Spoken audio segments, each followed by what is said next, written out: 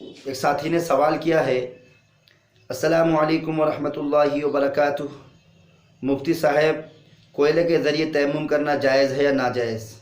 اسی طرح جب ہم ٹرین میں سفر کر رہے ہوں اور پانی دستیاب نہ ہو تو کیا ٹرین کے ڈبوں پر ہاتھ پھیر کر تیمم کر سکتے ہیں؟ وعلیکم السلام ورحمۃ اللہ وبرکاتہ۔ ساتھی نے بہت اچھا سوال کیا ہے، انشاءاللہ اس سے سامعین اور ناظرین کو اور سائل کو بھی فائدہ ہوگا انشاءاللہ اگر غور سے سنیں گے تو۔ اصل مسئلہ کا جواب سننے سے پہلے ایک بات ذہن نشین کر لے کہ تیمم کن لوگوں کے لیے جائز ہے؟ تیمم ان لوگوں کے لیے جائز ہے جو شرعی معذور ہو، جس کے لیے پانی نقصان دہ ہو۔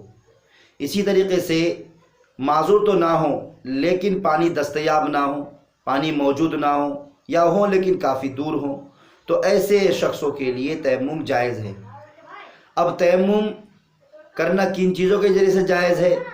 تو اس کے لیے فقہا نے فرمایا کہ تیمم ہر اس چیز سے جائز ہے جو زمین کے جنس سے ہو، مٹی کے جنس سے ہو، ان تمام چیزوں سے تیمم جائز ہے۔ اور جو مٹی کے جنس سے یعنی زمین کے جنس سے نہ ہو، ان چیزوں سے تیمم کرنا جائز نہیں۔ مثلا سونا ہے، چاندی ہے، پیتل ہے، تانبا ہے، کاسا ہے، لوہا ہے، اسٹیل ہے، ٹین ہے، ایلومینیم ہے، ہیرے جواہرات ہیں، ان کاغذ ہے، کپڑا ہے، وغیرہ وغیرہ، ان تمام چیزوں سے تیمم کرنا جائز نہیں ہے۔ اور جو چیزیں زمین کے جنس سے ہو ان سے تیمم کرنا جائز ہے۔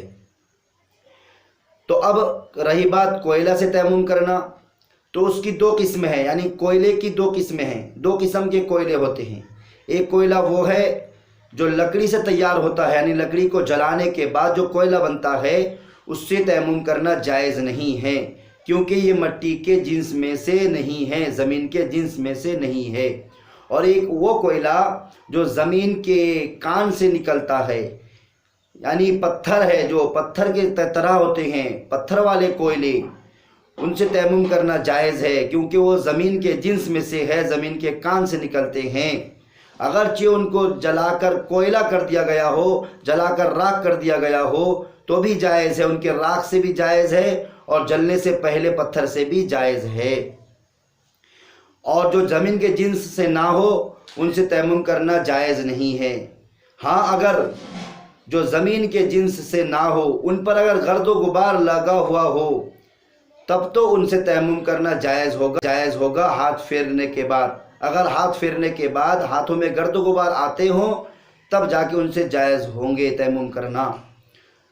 اور ٹرین میں رہی بات ٹرین کے ڈبوں کے بارے میں، جب ٹرین میں سفر کر رہے ہوں اور پانی دستیاب نہ ہو تو اس صورت میں فرمایا کہ اگر ٹرین کے ڈبوں میں دھول لگے ہوئے ہیں، گرد و غبار لگے ہوئے ہیں، اس پر ہاتھ پھیرنے کے بعد ہاتھوں کے نشان پڑ جاتے ہوں تو ٹرین کے ڈبوں پر ہاتھ پھیر کے آپ تیمم کر سکتے ہیں۔